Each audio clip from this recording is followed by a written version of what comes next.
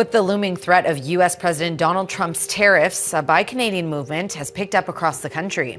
You may have noticed it when you go into grocery stores or supply shops, a tag that tells you if the product you're about to pick up is made in Canada. This bullying, we're a tenth of the size of that country, 300 million or 400 million people in the States and about 40 million in Canada, but we've picked no fight.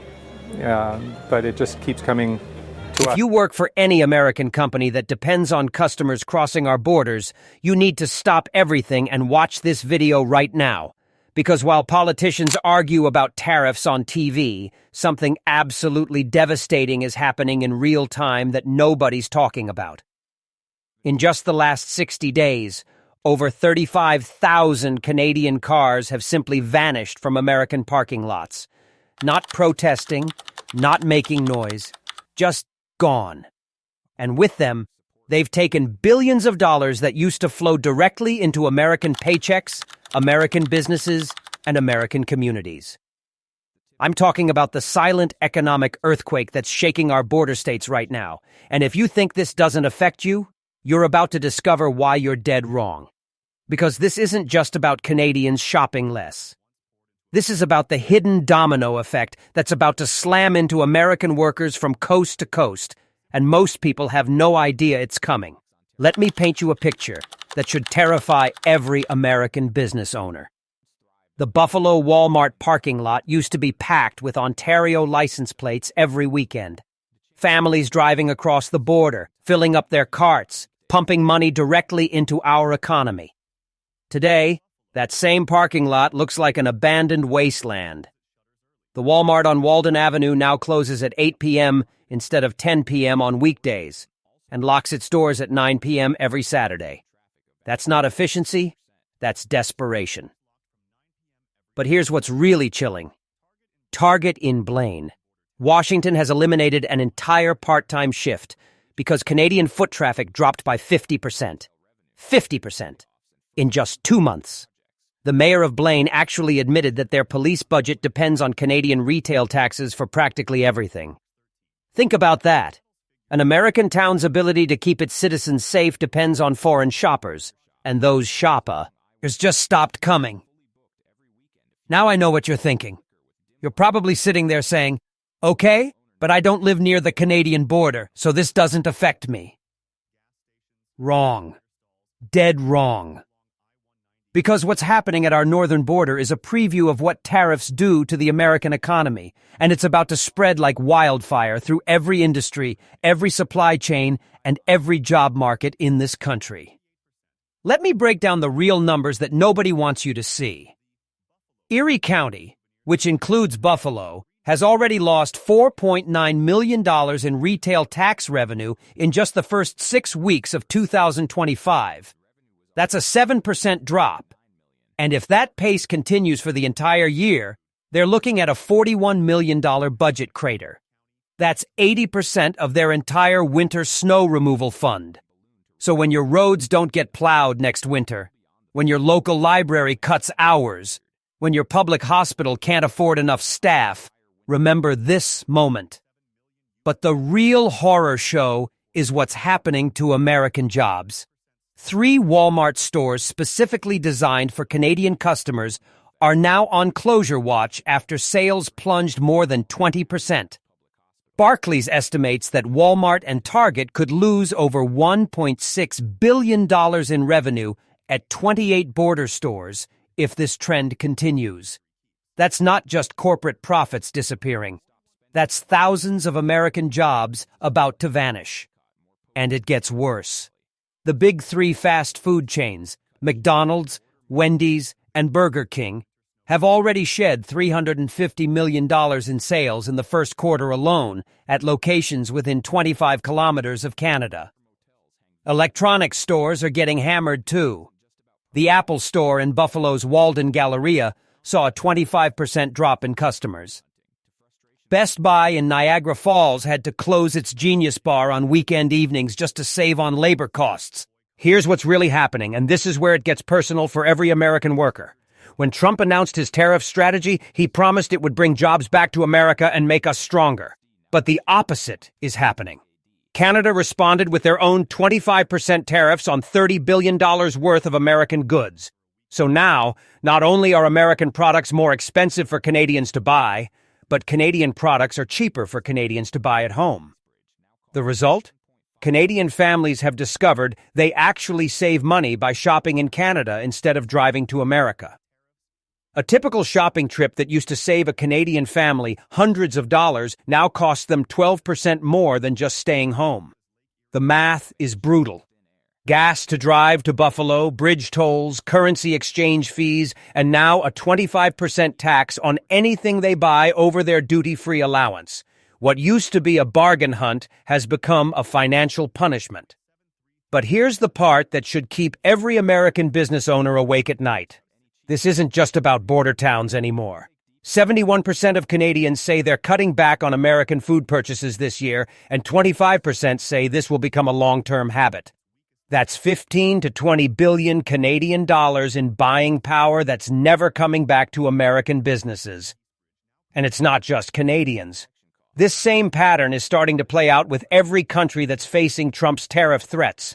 When you make American products more expensive for foreign customers, and when you make their products more expensive for Americans, everybody loses except the politicians who get to claim they're being tough on trade. Let me tell you what this means for your job, your business, and your future. If you work in retail, hospitality, food service, or any industry that depends on consumer spending, you're about to feel the impact. When billions of dollars in spending power disappears from the American economy, it doesn't just hurt the stores where that money used to be spent. It ripples through every supplier, every distributor, every truck driver, every warehouse worker, every manufacturer who used to benefit from that economic activity. The gas stations, motels, and souvenir shops along Interstate 190 used to be sold out every weekend. Now they're glowing with empty lights. A motel owner near Peace Bridge told reporters that occupancy has fallen to 38%, even after cutting room rates by 15%. The Buffalo Wings souvenir stand had to fire 3 night shift workers just to survive. Every liter of gasoline that goes unsold, every hotel room that stays empty, every restaurant meal that doesn't get ordered carves another chunk out of American jobs and American prosperity. But here's the really scary part. This is just the beginning. We're not just talking about Canadian shoppers anymore. Survey data shows that 78% of Canadians now pledge to favor domestic goods, while 59% are ready to boycott American products entirely. From milk to jeans, the Made in Canada label is now crowding store shelves, turning shopping choices into political statements against American goods. And this same sentiment is spreading to every country that's facing Trump's tariff threats. When you make it expensive and difficult for foreign customers to buy American products, they don't just pay the higher prices. They find alternatives. They support their own domestic industries. They build economic relationships with countries that don't treat them like adversaries. So while Trump promises that tariffs will bring jobs back to America, the reality is that tariffs are destroying American jobs right now. Every foreign customer who stops buying American products is money that used to flow into American paychecks. Every foreign business that switches to non-American suppliers is a contract that used to employ American workers. Every foreign government that retaliates with their own tariffs is a market that used to buy American goods. The membership warehouses like Costco and Sam's Club are feeling it too. Canadian membership renewals at 5 key border locations are down almost 12% compared to last year. A Costco executive actually admitted in a shareholder call that they're considering scaling back their border warehouse model because profit no longer covers rising labor costs. That's corporate speak for, we're about to close stores and fire people. And here's what nobody's telling you about the bigger picture. This isn't just about retail shopping. When trust and convenience disappear, when economic relationships get poisoned by political posturing, the damage spreads to every sector of the economy. Medical tourism, education, business travel, investment, technology partnerships. All of it depends on maintaining positive relationships with our trading partners. and all of it suffers when those relationships get sacrificed for political theater. The fashion and luxury sectors are seeing an even sharper pivot away from American goods. Domestic Canadian designer sales rose 4.2% in 2024 and are forecast to keep climbing on what they're calling the Wear Canadian wave. For the first time ever, Canadian department stores like Holt Renfrew and Simons are generating more revenue per square foot than American luxury retailers like Saks Fifth Avenue. Meanwhile, the Gucci outlet in Niagara, New York is missing 60% of its weekend foot traffic, and staff are rotating 3 days on, 1 week off just to avoid layoffs. This is the real cost of tariff wars. Not the theoretical benefits that politicians promise, but the actual jobs, the actual businesses, the actual communities that get destroyed when economic relationships turn into political weapons. Every missing Ontario license plate represents an economic earthquake at the border. Part-time jobs vanish. Road funds run dry. The entire service ecosystem that depends on cross-border commerce slips into what one reporter called a mid-July winter. So what does this mean for you? If you're a business owner, you need to understand that tariffs don't just affect the products you import. They affect every customer who might buy your products, every supplier who might sell to you, every economic relationship that keeps your business profitable. When you make it harder and more expensive for foreign customers to buy American goods, you're not protecting American jobs. You're destroying them. If you're a worker in any industry that depends on consumer spending, you need to understand that this silent boycott doesn't just hurt big corporations. It hurts every American who depends on a vibrant, growing economy. When billions of dollars in spending power disappears from American businesses, it doesn't just affect the CEOs. It affects every paycheck, every bonus, every opportunity for advancement that depends on economic growth. And if you're a voter, you need to understand that this is what tariff wars actually look like.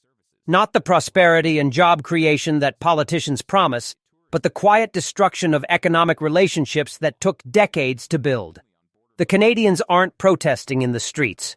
They're not making angry speeches or burning American flags. They're just shopping at home, supporting their own businesses and keeping their money in their own economy. And that silent response is more devastating to American prosperity than any protest could ever be. The damage total keeps climbing every single day, and the most frightening part is that this is just the beginning. If Washington keeps anchoring retaliatory tariffs, tightening customs checks, and ignoring the economic reality of how international trade actually works, we're about to discover that tariff wars don't have winners. They only have victims. And most of those victims are going to be American workers, American businesses, and American communities that used to benefit from the economic prosperity that comes from free and fair trade. The question isn't whether tariffs will bring jobs back to America. The question is how many American jobs will be destroyed before we wake up to the reality that economic warfare hurts everyone, especially the people it's supposed to protect.